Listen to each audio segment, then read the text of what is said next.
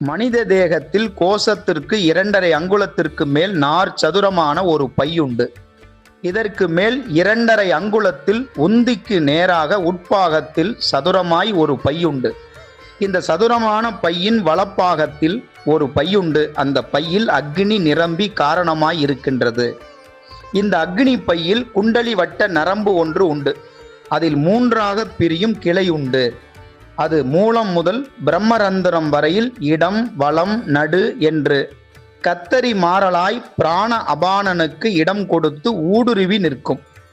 இந்நரம்புகளுக்கு சோம சூர்யாக்கினி என்று பெயர். இஃதன்றி இக்குண்டலி வட்ட நரம்பின் அடியில் 2 நரம்பு வலப்பக்கத்தில் 5 கவருடைய தலையாயும் இடப்பக்கத்தில் 6 கவருடைய தலையாய் நிற்கின்றன.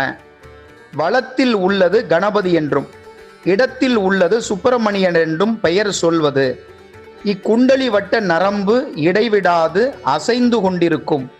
இந்த அசைவால் அக்னி பைக்கு ஆதாரம் உண்டாவதால் இதற்கு கணபதி என்று பெயர்.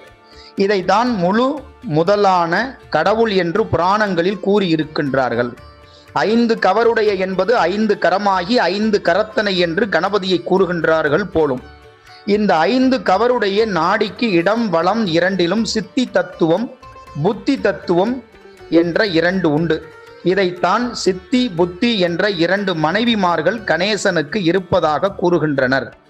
இதுவரை வலத்தில் உள்ளதை பார்த்தோம்.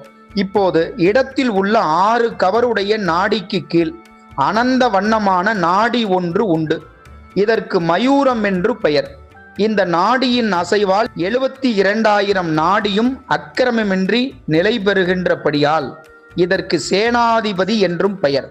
மேலும் வலது புறத்து நாடிக்கு 62 மாத்திரை அளவும் இடது புறத்து நாடிக்கு 40 மாத்திரை அளவும் காணப்படுகின்றது. இவற்றின் முறையேத்தான் இக்குண்டலி வட்ட நரம்பின் அடியில் உள்ள 2 நரம்பின் முறையே 62 மாத்திரை அளவு அதிகம் உள்ளதை அண்ணன் கணபதி என்றும் 40 மாத்திரை அளவு குறைவாக உள்ளதை தம்பி சுப்பிரமணியன் என்றும் நியாயப்படுத்தி கூறுகின்றனர். கடவுளர்கள் என்பது தத்துவம்தான் என்ற இவ்வுண்மைகள் அனைத்தும் சுத்த சன்மார்க்க காலம் வரும்போது முழுமையாக வெளிப்படும் என்றார் எங்கள் எஜமான் சாகா தலைவன் பேரரசன் பெருங்கருணையாளன் சிதம்பரம் ராமலிங்கம் என்னும் திரு அருட்பிரகாச வள்ளல் பெருமானார். வெளிப்பட்டு கொண்டுதான் இருக்கின்றது. இன்னும் வெளிப்படத்தான் போகின்றது. சந்தேகமில்லை. சன்மார்க்கம் சத்திய மார்க்கம் என்று வெற்றி முழக்கம் கொட்டுங்கள் என் உறவுகளே. சன்மார்க்கம் என்பது சத்திய மார்க்கம் என்று சாகா தலைவன் ஏற்படுத்திய மார்க்கம் என்று வெற்றி முழக்கம் கொட்டுங்கள் என் உறவுகளே.